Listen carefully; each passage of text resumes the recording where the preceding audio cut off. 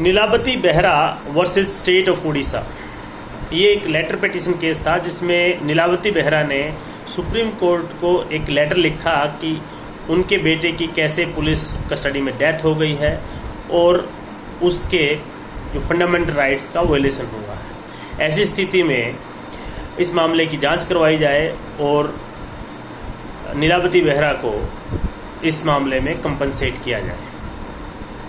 तो इसमें केस ये था कि जो नीलावती बेहरा थी उसका लड़का था 21 साल का और उस पर पुलिस की तरफ से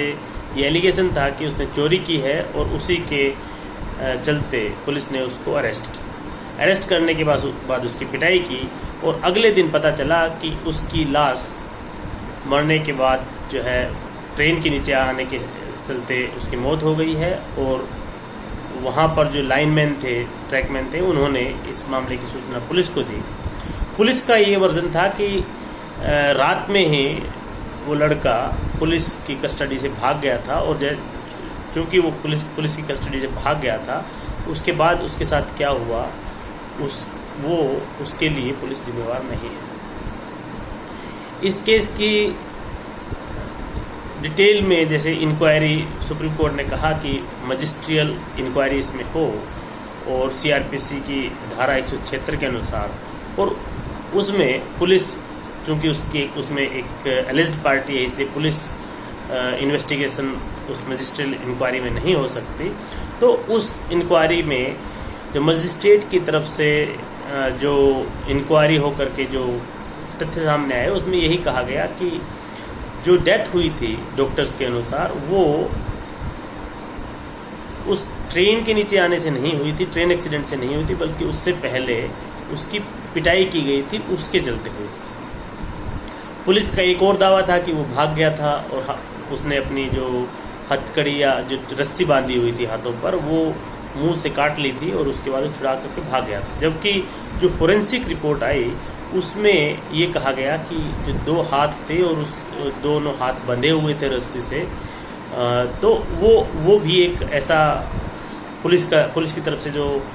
तथ्य रखे गए थे वो गलत तथ्य माना गया। और उसमें फिर पुलिस की तरफ से जो स्टेट की तरफ से ये कहा गया कि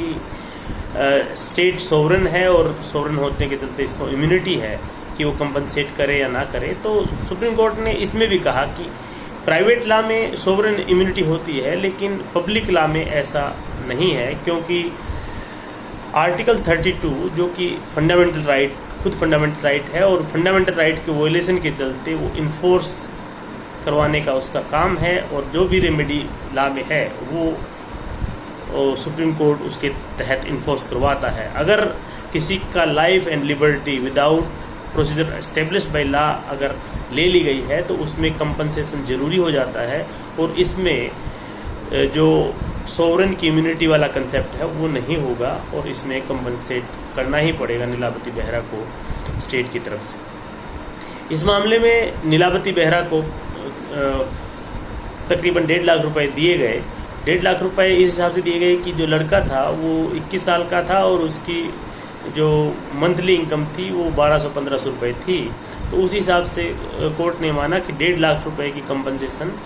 नीलावती बेहरा के लिए अप्रोप्रिएट कंपनसेशन होगी। इस केस में ये बात सामने आई कि सरकार चाहे ना भी देना चाहे उस कंडीशन में भी सुप्रीम कोर्ट आर्टिकल 21 को इन्फोर्स करते हुए कंपनसेट कर सकता है जो भी विक्टिम है अगर उनके फंडामेंटल राइट वायलेट हुए हैं। और चूंकि इसमें कस्टोडियल वायलेंस थी और कस्टोडियल डेथ थी तो उसमें सुप्रीम कोर्ट ने स्टेट को 1.5 लाख रुपए विक्टिम की मां को देने की बात कही। इसके अलावा सुप्रीम कोर्ट ने ये भी डायरेक्शन दी कि जो भी पुलिस वाले इस कस्टोडियल वायलेंस और कस्टोडियल डेथ के जिम्मेवार थे उन पर भी सरकार की तरफ से अप्रोप्रिएट एक्शन लिया जाए।